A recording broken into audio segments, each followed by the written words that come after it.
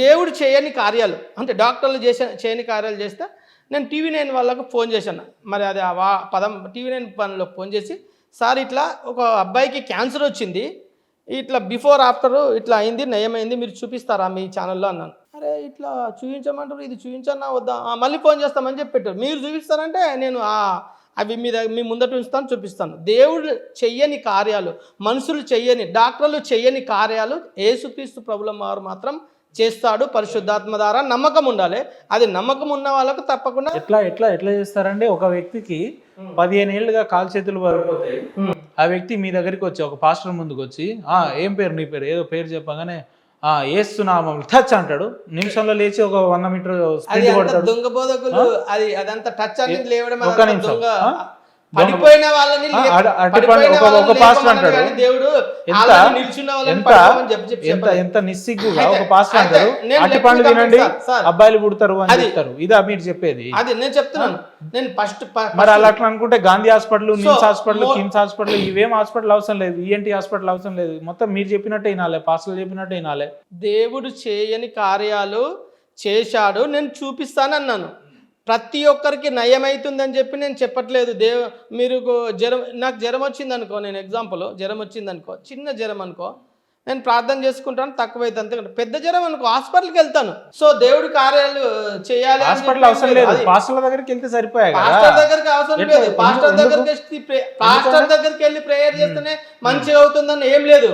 మన పరిశుద్ధాత్మ, మన ఆత్మ కరెక్ట్ ఉంటే చాలు. మన ఆత్మ చేసే వాళ్ళంతా ఎవరు అంటున్నా, వాళ్ళు గొర్రె చర్మము వేసుకున్న తోడేళ్ళు అని చెప్పి చెప్తున్నాను.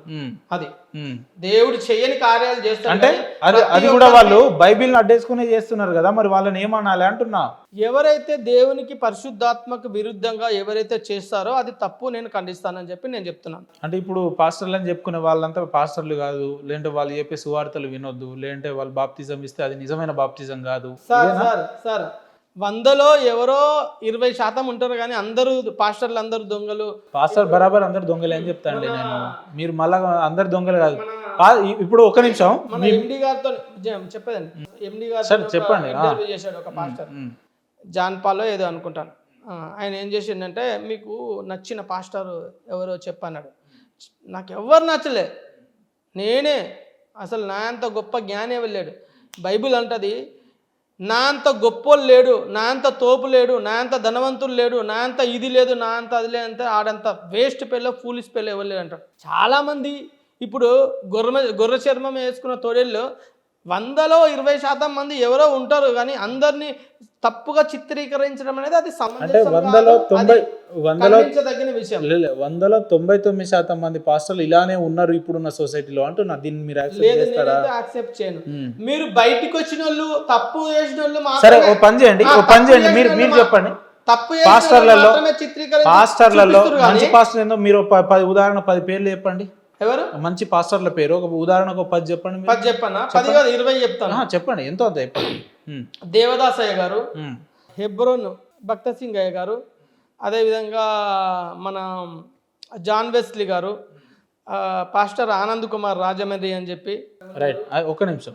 మీరు చెప్పాలంటే ఒక్కొక్క పాస్టర్ పేరు చెప్పాలంటే 5 సెకండ్లు తడబడుతున్నారు. నేను ఇదే దేవుని పేరు వేసుకొని ముసుగేసుకొని వ్యాపారం చేసే వాళ్ళ పాస్టర్ల పేరు లేకపోతే గన అనర్గలంగా ఒక 20 అవుతున్నాయి. అంటే మరి దీన్ని ఇప్పుడు మంచి పాస్టర్ల పేరు చెప్పాలంటే మీరు ఇంత ఆలోచన చేయాల్సి వస్తుంది. మంచి కంటే చెడు ఎక్కువ పోర్ట్రేట్ అవుతుంది కదా క్రైస్తవ్యంలో. అది చెప్పండి అంటున్నా. ఒక పాస్టర్ అంటాడు 10% భాగం అంటే 10% కాదు 25% అని ఒక పాస్టర్ అంటాడు.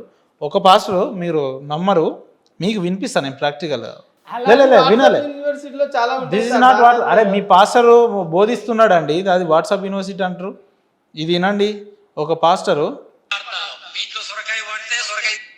మంచి పదార్థాల్లో మీ ఇంట్లో సొరకాయ వండితే సొరకాయ తీసుకురావాలా, సుకుడుకాయ అయితే ఆవాలు వండితే కొత్తిమీర కట్ట పుదీనా కట్ట కూడా తీసుకొని రావాలి.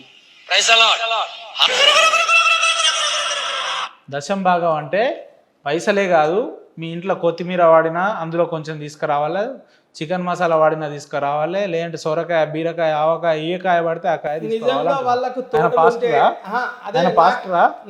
చెప్పండి. ఇప్పుడు మనం వెళ్దాం, ఫామ్ హౌస్ లో స్విమ్మింగ్ పూల్ ఉంది, ఒక మంచిగా 1 ఎకరం ఫామ్ హౌస్ ఉంది, అక్కడ కొత్తిమీర పండుతుంది, పాలకూర పండుతుంది, వెళ్దాం ఒకరోజు, వెళ్ళి మంచిగా కూర్చుందాం, నీకు కావాలంటే ఇస్తా, పాస్టర్కే ఇవ్వాలని ఏం లేదు, అంతేగాని వాళ్ళు కొనుక్కొని వచ్చి ఇవ్వాలని ఏం లేదు. దశమ భాగాలంటే 100 రూపాయలు వస్తే ఒక 10 రూపాయలు ఇవ్వమని చెప్తుండు. ఎగ్జాంపుల్ 1,00,000 రూపాయలు వస్తే 10,000 ఇవ్వమని చెప్తుండు దేవుడు. దశమ భాగాలు ఇస్తేనే దేవుడు దీవిస్తాడు, బ్లెస్ చేస్తాడు అని చెప్పి చెప్పాడు. నేను దశమ భాగాలు ఇయ్యను, ఎవరికి ఇయ్యను, నేను దేవుని సేవ చేస్తాను. ఇట్లా ఇస్తేనే దేవుని ఆశీస్సులు మీకు ఉంటాయి, ఇస్తేనే ఒక నిమిషం 10 దశమ భాగం ఇస్తేనే దేవుని ఆశీస్సులు మీకు ఉంటాయి, లేదంటే దేవుని ఆశీస్సులు మీకు ఉండవు అని చెప్పేటోళ్ళు చాలా మంది ఉన్నారా అంటున్నా. ఒక వ్యక్తి అంటాడు దశమ భాగం అంటే 10% కాదట 25%, 25% అంట. ఏమనాలంటున్నా నేను 90% ఇస్తా. వీళ్ళు పాస్టర్లు అంటే ఒక కోట్ వేసుకొని బ్లేజర్ వేసుకొని వస్తే పాస్టర్ అని చెప్తే నమ్మాలా? 50% దేవునికి దశమ భాగం ఇస్తా. దేవుని గురించి చాలా మంది బాధల్లో ఉన్న వాళ్ళకు, ఇబ్బందుల్లో ఉన్న వాళ్ళకు, ఇరుకులో ఉన్న వాళ్ళట్టు, ఇప్పుడు నేను చెప్పాను కదా ఇంతకుముందే, నిన్న స్కూల్ పిల్లలకి ఒక 5 మందికి పుస్తకాలు పంపిణీ చేశానని చెప్పి ప్రైవేట్ స్కూల్లో చదువుకుంటారు. మా వాడు ఫోన్ చేసి, మా ఊరు అబ్బాయి ఫోన్ చేసి, తమ్ముడు నాన్న ఇట్లా వాళ్ళు ప్రైవేట్ స్కూల్లో చదువుకుంటారు, ఫీజు కట్టుకోలేదు కానీ, స్కూల్ ఫీజు కట్టుకోలేదు కానీ ఆ పుస్తకాలకే 5,000 రూపాయలు అంట, ఒక్కరికి 5,000 అంట. 25,000 రూపాయలు ఇచ్చి పుస్తకాలు కొనుక్కొచ్చి ఇచ్చాను. సో దాన్ని మీరు కావాలంటే ఇప్పుడు నేను అబద్ధం చెప్పానా నిజం చెప్పానా, ఆ స్కూల్కి వెళ్ళి వెరిఫికేషన్ చేసుకొని ఆ ఫొటోస్ కూడా నా దగ్గర ఉన్నాయి, మీరు ప్లే చేయండి, ప్రాబ్లం లేదు. అదే దశమ భాగాలు ఇస్తేనే దేవుడు దీవిస్తాడు అనేది ఒక ఫూలిష్ క్వశ్చన్. అసలు దాది క్వశ్చనే కాదు అది. ఇప్పుడు ఏం లేనోడు ఉంటాడు, వాడు ఏం లేని ఉంటాడు, వాడు అప్పుల పాడు ఉంటాడు, వాడికి నెలకు వచ్చేది ఒక 30,000 20,000, వాని అప్పులే పోతాయి, అందులో దశమ భాగాలు ఇయ్యని అంటారా ఎవరన్నా? వానికి ఇస్తే దశమ భాగాలు ఇస్తే వానికి ఇలాంటి పరిస్థితులు ఉన్నాయని నేను మీకు ప్రాక్టికల్ గా చూపించిన. అది నా క్వశ్చన్ కాదు, పరిస్థితులు క్షేత్రస్థాయిలో గ్రౌండ్ రియాలిటీలో అట్లా ఉందని చెప్తున్నా. దాన్ని మీరు యాక్సెప్ట్ చేస్తారా అని చెప్తున్నా. నేను చెయ్యను. ఏది నిజమైన, ఒక్క నిమిషం, నా క్వశ్చన్, ఇన్ని క్వశ్చన్లకు ఒకటే ఒక క్వశ్చన్, ఏది నిజమైన క్రైస్తవ్యం? ఒక వ్యక్తి క్రైస్తవ్యం పేరుతోటి కొబ్బరికాయలు కొడుతున్నాడు, ఒక వ్యక్తి క్రైస్తవ్యం పేరుతోటి మరియమ్మకు పూలదండలు వేస్తున్నాడు, కోళ్లు కోస్తున్నారు, యాటలు కోస్తున్నారు. ఏది క్రైస్తవ్యం? నిజమైన క్రైస్తవం అంటే ఎట్లా గుర్తించాలనేది నా క్వశ్చన్, రైట్? ఇది రియల్ జోకా ఫేక్ జోకా అర్థం కావట్లేదు. అరే మీకు ఎన్ని ప్రాక్టికల్ చూపించాలి? చాలా సోషల్ మీడియాలో చాలా స్పెషల్ గా నేను ఇంతకుముందే చెప్పాను, యేసుక్రీస్తు విగ్రహము తీసుకొని వచ్చి అక్కడ పెట్టినా కానీ, దానికి బలి అర్పించినా కానీ, కోడిని కోసినా కానీ అది పాపం, ఇన్క్లూడింగ్ యేసుక్రీస్తు కూడా. అది వాళ్ళు చేస్తున్నారు అంటే దానికి బైబిల్కి విరుద్ధంగా చేస్తున్నారు. అది వాళ్ళకు ఏదో ఒకటి సృష్టించాలి, సైతాన్ స్వభావం, దుర్బుద్ధి. ఇప్పుడు ఆ లెక్కను చూసుకుంటే ఒక నిమిషం, మీరు ఎట్లా చెప్తున్నారు అంటే పాస్టర్లు అందరూ అట్లనే ఉన్నారు ఇప్పుడు తయారయ్యారు అంటున్నా. మీరు నిజంగా ఏదో ఇందా గొర్రెబిడ్డ అని చెప్పారు కదా, నిజంగానే గొర్రెబిడ్డ, ప్రాక్టికల్ గొర్రెబిడ్డ లెక్క కనిపిస్తుంది క్రైస్తవ సమాజం ఇతర మతాలకు. ఒక నిమిషం వినండి, మా హైందత్వంలో శ్రీనివాస గోవింద అనే ఒక పొద్దున్నే ఉదయం లేవగానే వినడానికి ఒక మంచి పాట ఉంటుంది, దాన్ని కాపీ కొట్టి ఇప్పుడు మీ వాళ్ళు ఏం పాడతారు తెలుసా? యేసయ్య గోవింద మరియమ్మ గోవింద. ఏందండి ఇది? అంటే మీకంటూ ఒక సంస్కృతి వినండి, ఇవన్నీ ఉన్నాయి అంటున్నా. డైవర్ట్ అవుతుంది అని చెప్పి మీరు ఆల్రెడీ చెప్పింది చెప్పే జనాలకు ఇసుకిస్తారు. చూసే వాళ్ళు కూడా చాలా అది కరెక్ట్ లేదు అవన్నీ ప్రాక్టికల్ జరుగుతుంది. ఇప్పుడు ఎవరికి కావాలి? నిజమైన సువార్త ప్రకటించే వాళ్ళు ఇట్లా నా చెప్పేది, నిజమైన యేసు బైబిల్ బోధించే వాళ్ళు ఇట్లా వాళ్ళ కాపీలు కొట్టడం అవసరం లేదు. కొన్ని వేల పాటలు యేసుక్రీస్తు గ్రంథంలో ఉన్నాయి, దాదాపు 2,000-3,000 పాటలు గ్రంథాల్లో ఉన్నాయి.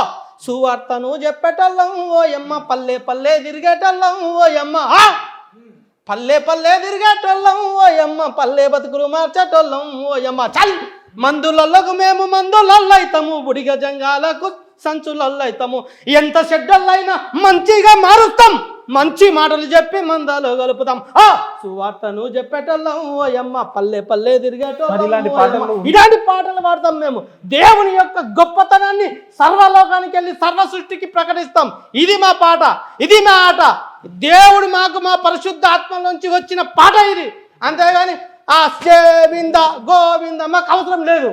మా దేవుని ప్రకటించడం మాకు గొప్ప, మాకు వేరే అరే దేవుడు ఎవరు చెప్పిరండి మీ దేవుని సువార్త ప్రకటించని? ఎవరు చెప్పారు? అవసరం ఏముంది అంటున్నాం? మీ బైబిల్ గ్రంథం ఇంత పరిశుద్ధమైన గ్రంథం అయితే ఇంటికి వెళ్ళి మా దేవుడు గొప్పోడని ఎవడు మిమ్మల్ని చెప్పాల్సిన అవసరం ఏముంది అంటున్నా?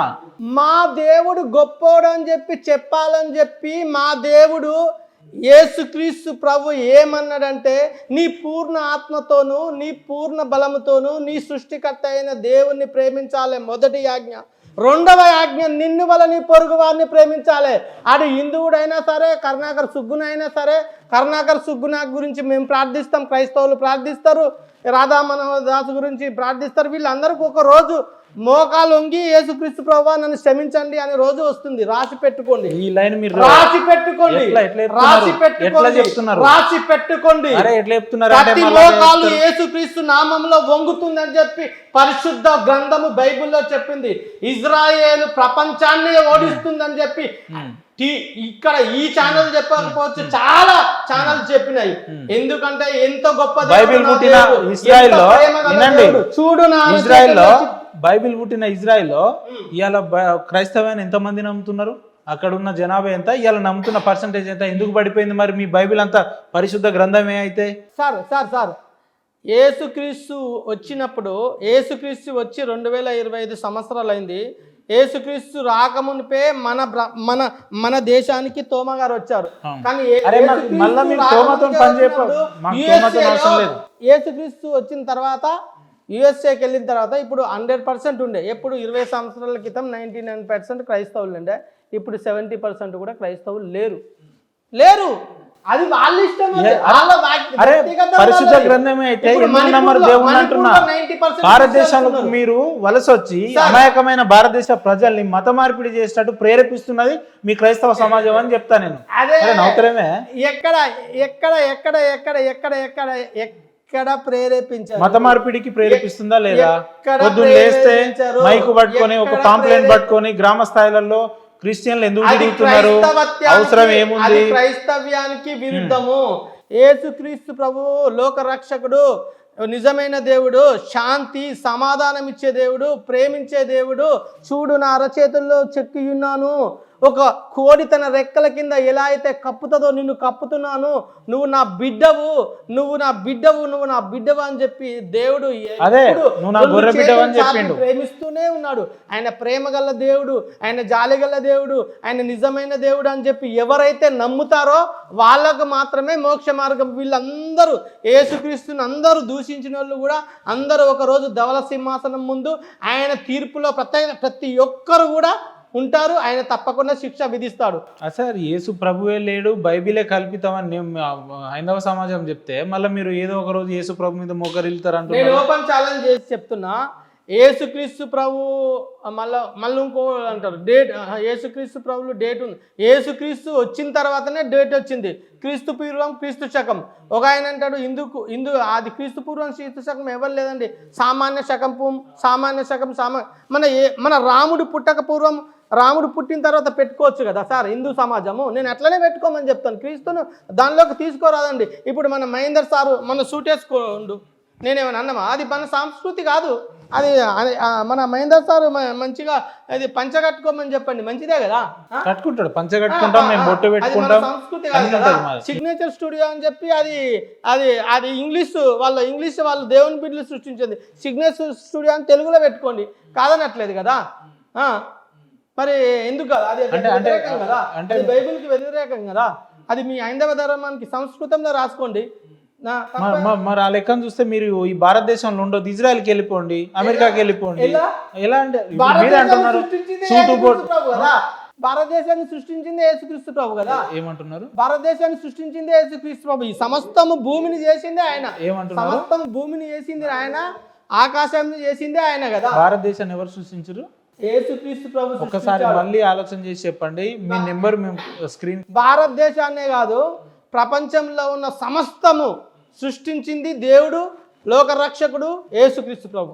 మీకు అంటే పీక్ స్టేజ్లో ఉంది మీకు యేసు అనే పిచ్చి నరాల్లో ఎక్కిందంట. నేను బైబిల్ మొత్తం చదివిరా అన్న? మీరు చదివినా?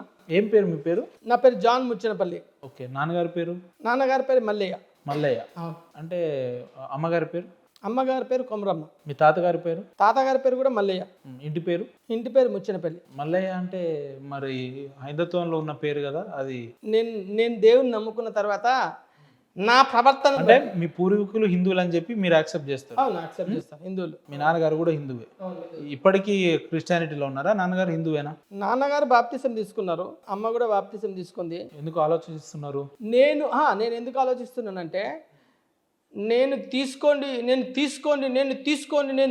అని చెప్పి బలవంతం చేయలే.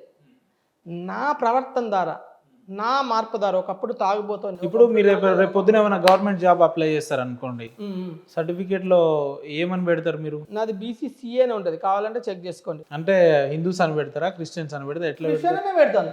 ఇది పెట్టుకోవాలి. మీ నాన్నగారు, భారత రాజ్యాంగం మీ నాన్నగారి పేరు మల్లయ్య, మళ్ళీ క్రిస్టియన్ అని పెట్టుకుంటారు. మీరు మాత్రం జాన్ మంచిగా ఫాస్ట్ గా పెట్టుకున్నారు. మా నాన్నగారి పేరు మార్చమని చెప్పి MRO ఆఫీస్కి వెళ్ళాను.